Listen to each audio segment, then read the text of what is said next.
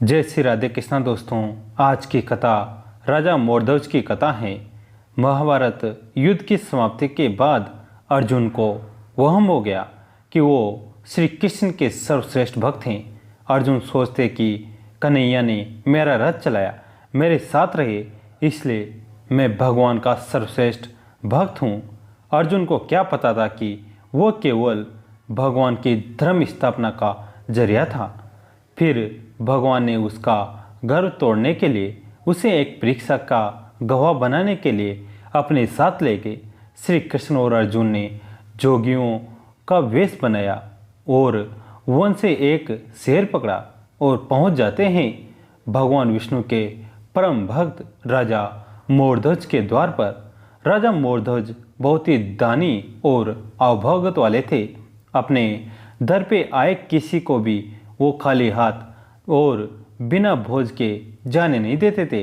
दो साधु एक सिंह के साथ दर पार आए हैं, ये जानकर राजा नंगे पांव दौड़ के द्वार पर गए और भगवान के तेज से नतमस्तक हो अतिथि स्वीकार करने के लिए कहा।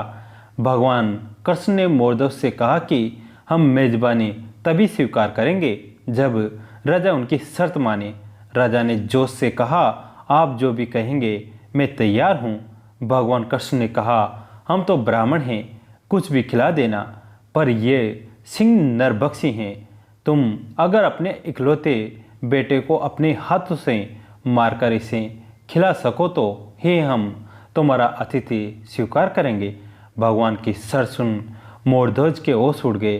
फिर भी राजा अपना आतिथ्य धर्म नहीं छोड़ना चाहता था। उसने भगवान से कहा, प्रभु मुझे मंजूर है, पर एक बार मैं अपनी पत्नी से पूछ लूं।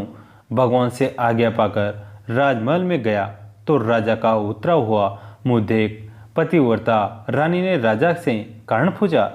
राजा ने जब सारा हाल बताया तो रानी ने आंखों से आंसू बह निकले। फिर भी वो अभिमान से राजा से बोली कि आपकी आन पर मैं अपने सैकड़ों पुत्र कुर्बान कर सकती हूँ। आप साधुओं को आदरपूर्वक अंदर ले आइए। अर्जुन ने भगवान से पूछा, माधव ये क्या माजरा है, आपने ये क्या मांग लिया? कृष्ण बोले, अर्जुन तुम देखते जाओ और चुप रहो। राजा तीनों को अंदर ले आए और भोजन की तैयारी शुरू की। भगवान को 56 भोग परोसा गया, पर अर्जुन के गले से उतर नहीं रहा था। राजा ने स्वयं जाकर पुत्र को तैयार किया। पुत्र भी 3 साल का था। नाम था रतन कंवर। वो भी माता पिता का भक्त था। उसने भी हंसते हंसते अपने प्राण दे दिए, परंतु उपना की। राजा रानी ने अपने हाथों में आरी लेकर पुत्र के 2 टुकड़े किए और सिंह को परोस दिया। भगवान ने भोजन ग्रहण किया, पर जब रानी ने पुत्र का आधा शरीर देखा तो वो आंसू रोक न पाई। भगवान इस बात पर गुस्सा हो गए कि लड़के का एक फाड़ कैसे बच गया। भगवान रुष्ट होकर जाने लगे तो राजा रानी रुकने की मिन्नतें करने लगे। अर्जुन को एहसास हो गया था कि भगवान मेरे ही घरों को तोड़ने के लिए ये सब कर रहे हैं। वो स्वयं भगवान के पैरों में गिरकर विनती करने लगा और कहने लगा कि आपने मेरे झूठे मान को तोड़ दिया है, राजा रानी के बेटे को उनके ही हाथों मरवा दिया और अब रूठ के जा रहे हो। ये उचित नहीं है प्रभु, मुझे माफ़ करो और भक्त का कल्याण करो। तब केशव ने अर्जुन का घमंड टूटा जाना और रानी से कहा कि वो अपने पुत्र को आवाज़ दे। रानी ने सोचा पुत्र तो मर चुका है, अब इसका क्या मतलब, पर साधुओं की आज्ञा मानकर उसने पुत्र रतन कंवर को आवाज़ लगाई। कुछ ही क्षणों में चमत्कार हो गया। मर्त रतन कंवर जिसका शरीर शेर ने खा लिया था, वो हंसते हुए आकर अपनी माँ से लिपट गया। भगवान ने मोरध्वज और रानी को अपने विराट स्वरूप का दर्शन कराया। पूरे दरबार में वासुदेव कृष्ण की जय जयकार गूंजने लगी। भगवान के दर्शन पाकर अपनी भक्ति सार्थक जान मोरध्वज की आंखें भर आई और बुरी तरह से बिलखने लगे। भगवान ने वरदान मांगने को कहा तो राजा रानी ने कहा, भगवान एक ही वर दो कि अपने भक्त की ऐसी कठोर परीक्षा न ले। जैसी आपने हमारी ली हैं।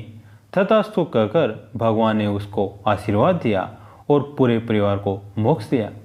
एक बार भगवान श्री कृष्ण और अर्जुन हस्तिनापुर में से गुजर रहे थे, तभी उनकी नज़र एक मछुआरे पर पड़ती है जिसके पास मछलियों की टोकरी थी। उसमें बहुत सारी मछलियाँ थी। मछुआरे के सारे अंग सोने से भरे थे। उसे देखते ही अर्जुन ने वासुदेव से पूछा, भगवान ये कैसा न्याय, जो दिन में इतनी सारी मछलियों को मारता है फिर भी वो इतना अमीर है। अर्जुन, वो इसके पिछले जन्म का फल है जो इसे इस जन्म में मिल रहा है। दोनों ही आगे चलते रहे और थोड़ी ही दूर में एक और दृश्य देखा कि हाथी जिसके अंग पर लाखों चींटियां थी, जो हाथी के चर्म पर सूक्ष्म प्रहार कर रही थी। मजबूर हाथी कुछ भी नहीं कर सकता था। जैसा कि जब हम छोटे से तिनके को कम समझकर पैरों तले कुचल देते हैं, लेकिन वही तिनका जब हमारे आँख में घुस जाता है तब हमें तिनके की ताकत मालूम पड़ती है। तिनका कभू ना नींदिए जो पाँव तले होए, कभू उड़ आँखों पड़े पीर घानेरी होए। ठीक इसी तरह चींटियाँ भी तिनके समान इतनी छोटी होकर भी बड़े से बड़े हाथी को दर्द दे रही थी, लेकिन उतना विशाल हाथी कुछ भी नहीं कर पा रहा था। यह दृश्य देखकर अर्जुन ने भगवान से पूछा, क्या इस हाथी के साथ न्याय हो रहा है? अर्जुन, तुम जिस हाथी को देख रहे हो वो पिछले जन्म में मछुआरा था और उसके अंग पर जो अनगिनत चींटियां दिख रही हैं वो सब पिछले जन्म में मछलियां थी और इस जन्म में वो उसका बदला ले रही हैं। करनी और भरनी सब यहीं पर हैं। दोस्तों, कैसी लगी आज की कथा कमेंट करके ज़रूर बताएं। वीडियो को लाइक करें, चैनल को सब्सक्राइब करें, घंटी के बटन को दबाकर ऑल पर क्लिक करें। दोस्तों, इस कहानी को अपने दोस्तों के साथ, फैमिली के साथ शेयर ज़रूर करें। कहानी को अंत तक सुनने के लिए आप सभी का तहे दिल से धन्यवाद।